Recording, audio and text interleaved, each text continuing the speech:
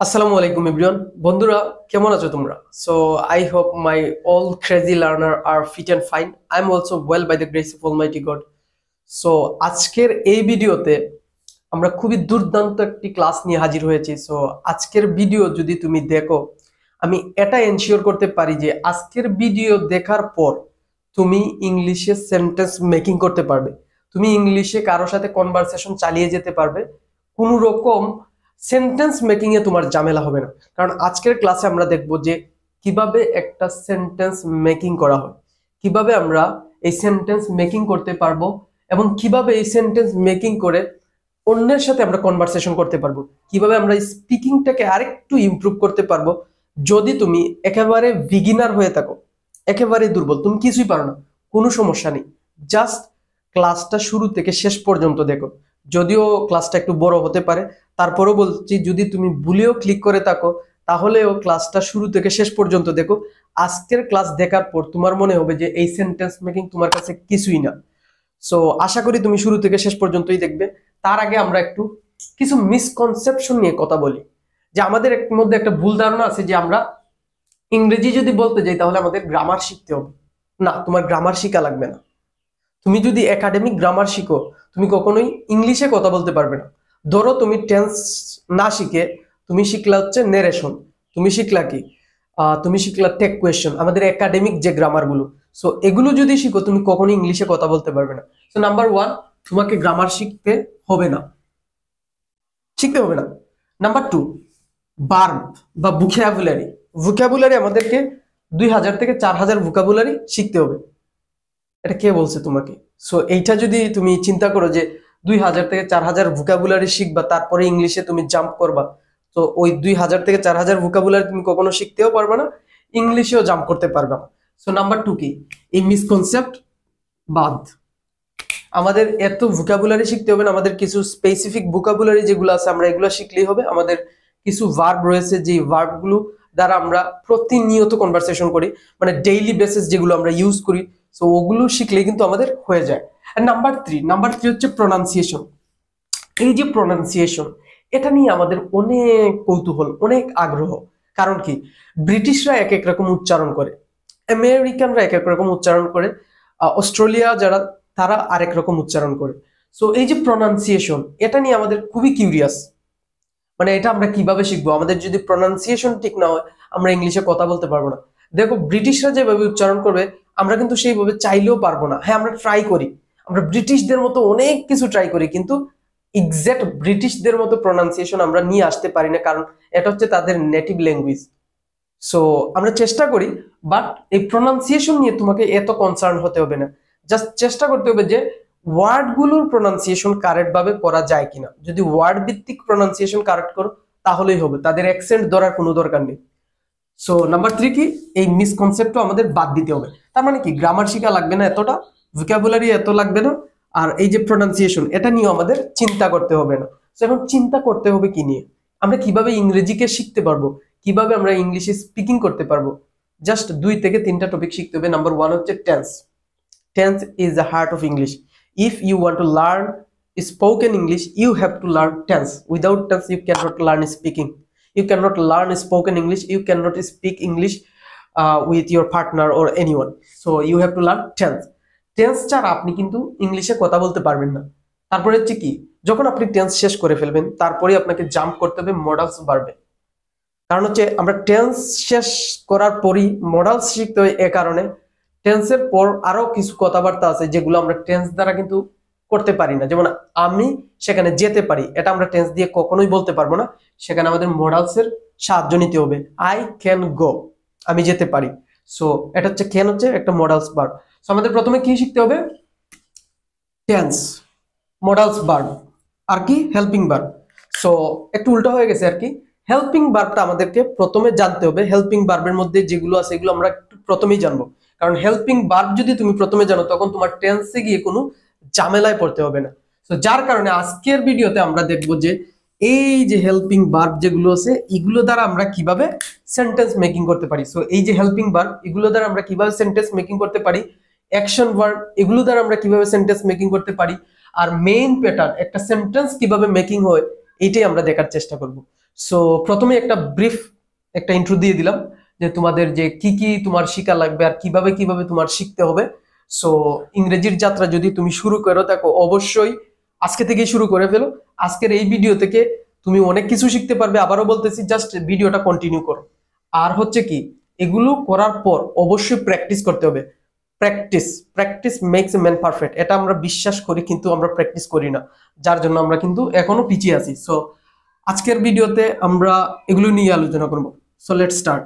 So বন্ধুরা, তুমি দেখো যে একটা সেন্টেন্স মেকিং করতে হলে তোমাকে আগে একটা স্ট্রাকচারের ধারণা নিতে হবে যে একটা সেন্টেন্স কিভাবে মেকিং হয়। সো একটা সেন্টেন্স কিভাবে মেকিং হয়, প্রথমে আমাদেরকে সাবজেক্ট ব্যবহার করতে হয়, একটা সাবজেক্ট, তারপর হচ্ছে ভার্ব, তারপর হচ্ছে কি অবজেক্ট। সো যদি আমি বলি যে I go to school, I I হচ্ছে এইভাবে আর কি, যে I go to school. So এই যে আই আই হচ্ছে সাবজেক্ট, গো হচ্ছে ভার্ব, আর টু স্কুল এগুলো কি অবজেক্ট। এই যে টু হচ্ছে প্রিপোজিশন আর স্কুল হচ্ছে অবজেক্ট।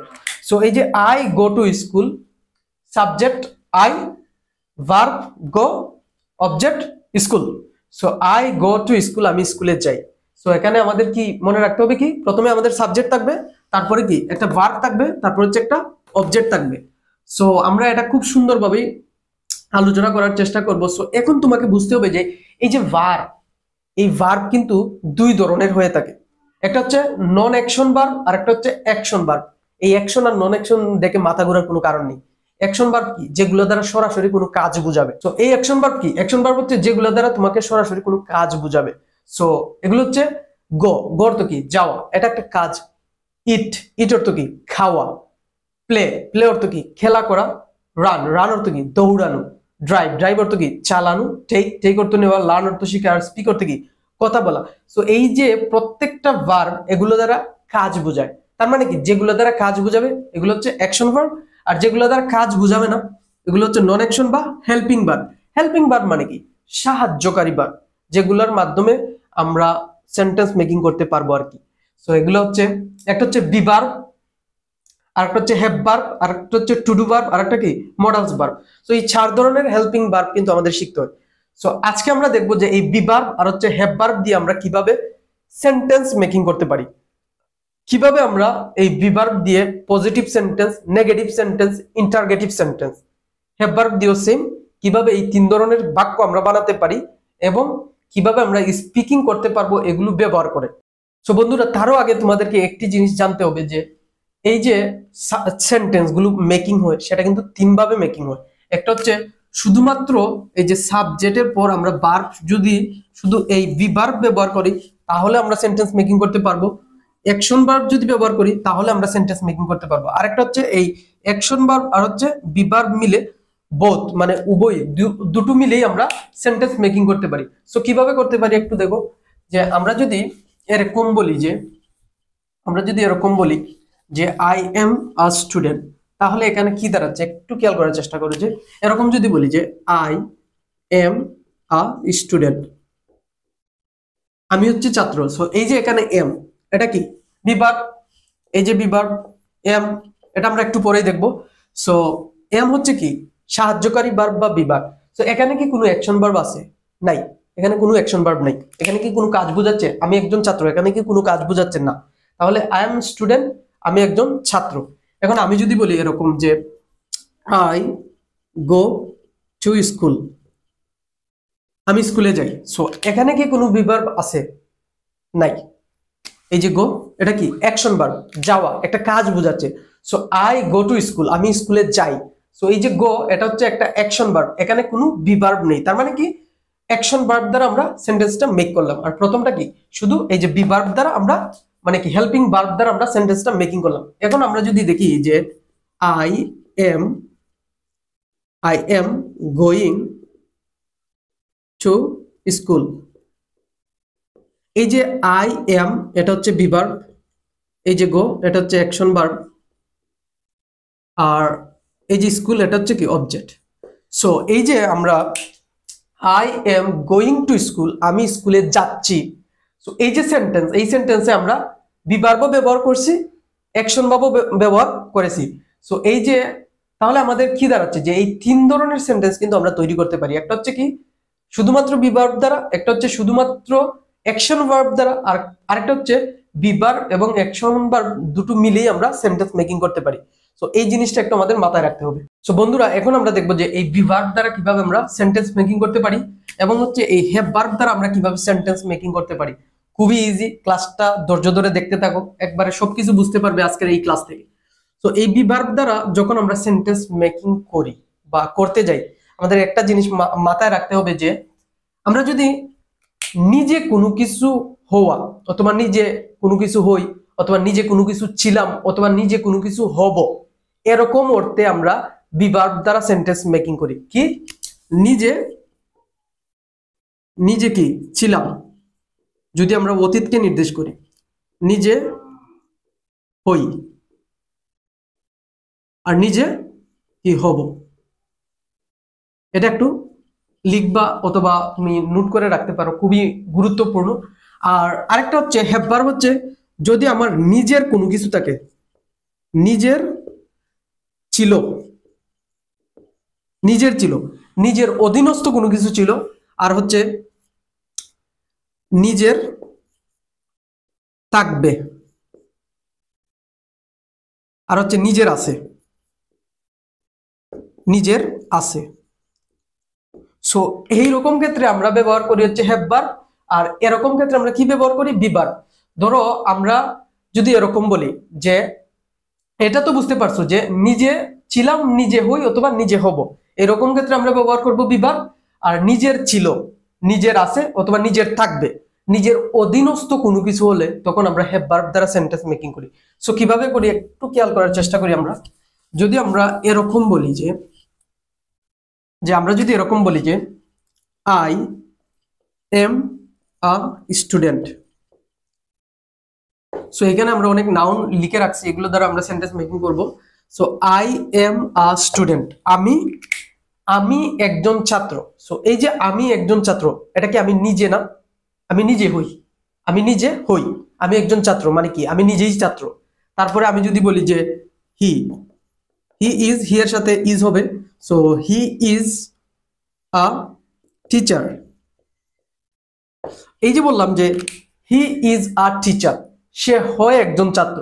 সো এই যে সাবজেক্ট, সাবজেক্ট যখন নিজে কোনো কিছু হবে তখন আমরা বি ভার্ব ব্যবহার করব। তখন কি ব্যবহার করব? বি ভার্ব ব্যবহার করব।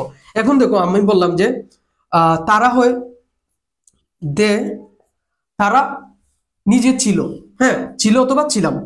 So they were, they were কি লিখতে পারি আমরা, দে ওয়ার ডক্টর,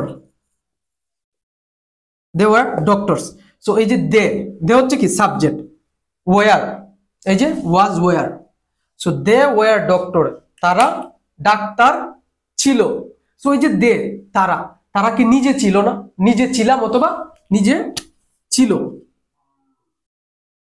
নিজে ছিলাম অথবা কি নিজে ছিল।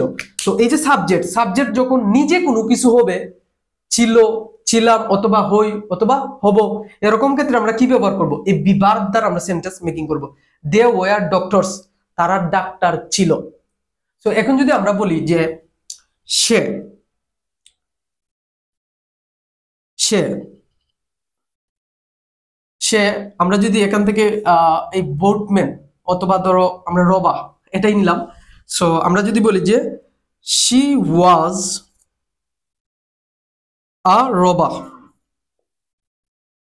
সো আমরা যদি এরকম বলি যে শি ওয়াজ আ রবা, সে একজন ডাকাত ছিল। রবা অর্থ কি? ডাকাত। সো আমরা যদি বলি যে শি ওয়াজ আ রবা, সে ডাকাত ছিল। সো ওই যে শি, অথবা আমরা যদি বলি শি না দিয়ে আমরা এখানে হি দিই তাহলে ব্যাপারটা খুব সুন্দর হবে। সো হি ওয়াজ আ রবা, হি হচ্ছে পুরুষের ক্ষেত্রে আর শি হচ্ছে মহিলাদের ক্ষেত্রে, যার কারণে আমরা হি দিলাম।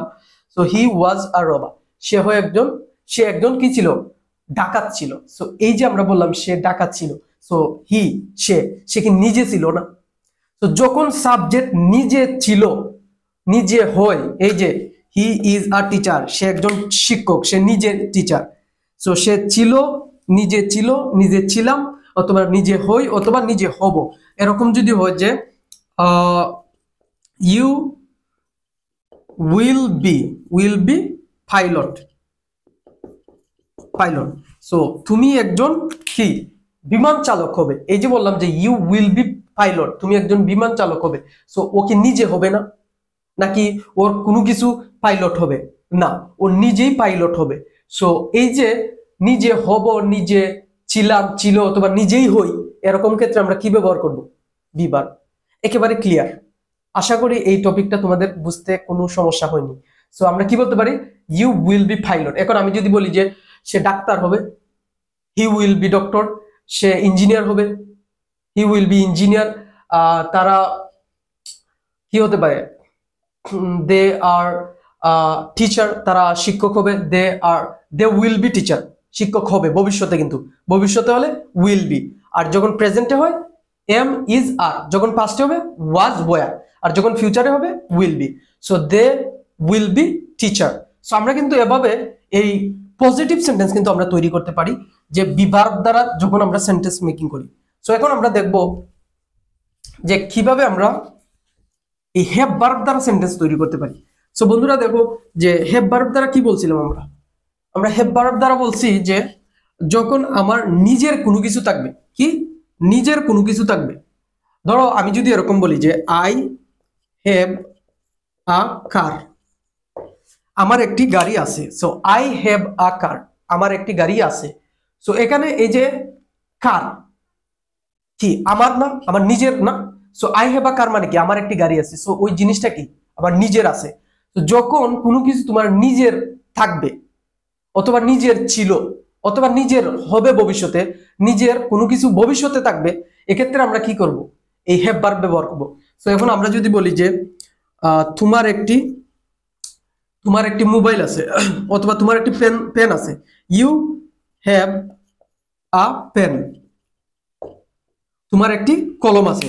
সো এই যে বললাম যে ইউ হ্যাভ আ পেন, তোমার একটি কলম আছে, এটা কি তোমার নিজের না?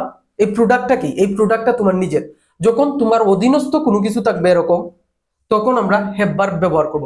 এখন আমি যদি বলি যে তাদের একটা মাঠ ছিল, সো আমরা কিভাবে বলতে পারি যে দের পরে আমরা কি দিব?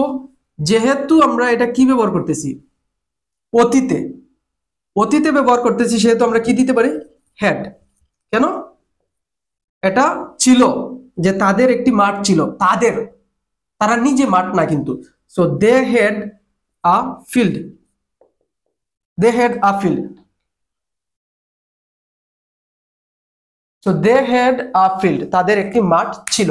সো এই যে আমরা বললাম যে দে হ্যাড আ ফিল্ড, তাদের একটি মাঠ ছিল, এটা কি তারা নিজে মাঠ ছিল, নাকি তাদের একটি মাঠ ছিল, তাদের অধীনস্থ? সো আমরা এই কারণে আমরা কি, আমরা হ্যাভ ভার্ব ব্যবহার করতে পারি এক্ষেত্রে। সো আমরা যদি এখন এরকম বলি যে তার একটি কি ছিল? বই ছিল। ধরো আমরা বললাম যে তার একটি বই ছিল, তো এক্ষেত্রে আমরা কি বলবো? যে হি হ্যাজ আ বুক, তার একটি বই ছিল। এটা কি তার একটি বই ছিল, নাকি তার একটি বই আছে? হ্যাজ প্রেজেন্টে আমি যদি বলি যে তার একটি বই ছিল, তখন এখানে হ্যাড দিতে হবে কিন্তু। সো তার একটি বই আছে, হি হ্যাজ আ বুক, তার একটি বই ছিল, হি হ্যাড আ বুক। এখানে কিন্তু আমরা এটা বলতে পারবো না যে হি ইজ আ বুক। এটার অর্থ কি দাঁড়ায় জানো? তুমি যদি এই ধরনের সেন্টেন্স তৈরি করো যে হি ইজ আ বুক, সে হয় একটি বই, এটা কি পসিবল যে সে একটা বই হয়? না। সো এই যে বুক, এ ধরনের অবজেক্ট গুলো আমরা তখনই ব্যবহার করব যখন আমরা হ্যাভ ভার্ব ব্যবহার করব। সো যখন কোনো কিছু তোমার অধীনস্থ থাকবে, তখন তুমি কি ব্যবহার করবা? Have verb. এখন তুমি যদি বলো যে আমার একটা বাড়ি থাকবে ভবিষ্যতে, তখন তুমি কিভাবে বলতে পারো যে আই উইল হ্যাভ, কি যখন ভবিষ্যতে বোঝাতে আমরা কি ব্যবহার করব? Will have. I will have a house, I will have a house, আমার একটি বাড়ি থাকবে। I will have a house, আমার একটি বাড়ি থাকবে। সো ভবিষ্যতে বুঝালে আমরা কি ব্যবহার করব? Will have. সো এই এই যে সেন্টেন্স গুলো, এগুলো যদি তুমি তৈরি করতে পারো, একেবারে ইজি। কিন্তু স্পিকিং এ আমরা এইগুলোই ব্যবহার করি যে আমার একটা বাড়ি থাকবে, আমার একটি গাড়ি থাকবে, তোমার কি বাড়ি আছে, তোমার কি কলম আছে, তোমার কাছে কি একটা পেন্সিল আছে। সো এই যে কোয়েশ্চেন গুলা, এই যে পজিটিভ সেন্টেন্স, এই যে নেগেটিভ সেন্টেন্স, এগুলো দ্বারা যখন আমরা তৈরি করি, তখন এগুলো দ্বারা আমরা যখন তৈরি করতে পারবো, তখন আমরা then you will be able to talk with your friends. তখন তুমি সক্ষম হবে যে তোমার বন্ধুর সাথে কথাবার্তা বলতে। সো বন্ধুরা, আজকে এ পর্যন্তই, কারণ হচ্ছে ভিডিওটা অনেক লম্বা হয়ে যাচ্ছে, যার কারণে আমরা এ পর্যন্তই আজকে স্টপ করে দিলাম। সো পরবর্তী ভিডিওতে আমরা দেখাবো যে কিভাবে এই হ্যাভ ভার্ব এবং বি ভার্ব ব্যবহার করে তুমি ইন্টারগেটিভ সেন্টেন্স এবং নেগেটিভ সেন্টেন্স তৈরি করতে পারো। সো আজকের ভিডিও দেখে যদি কিছু শিখতে পারো অবশ্যই কমেন্ট করে জানাবে, এবং পরবর্তী ভিডিও যদি তোমরা চাও অবশ্যই কমেন্টে জানাবে, এবং চ্যানেলটা সাবস্ক্রাইব করতে ভুলবে না। Do subscribe my channel. দেখা হবে পরবর্তী কোনো ভিডিওতে, সেই পর্যন্ত ভালো থাকো। আসসালামু আলাইকুম।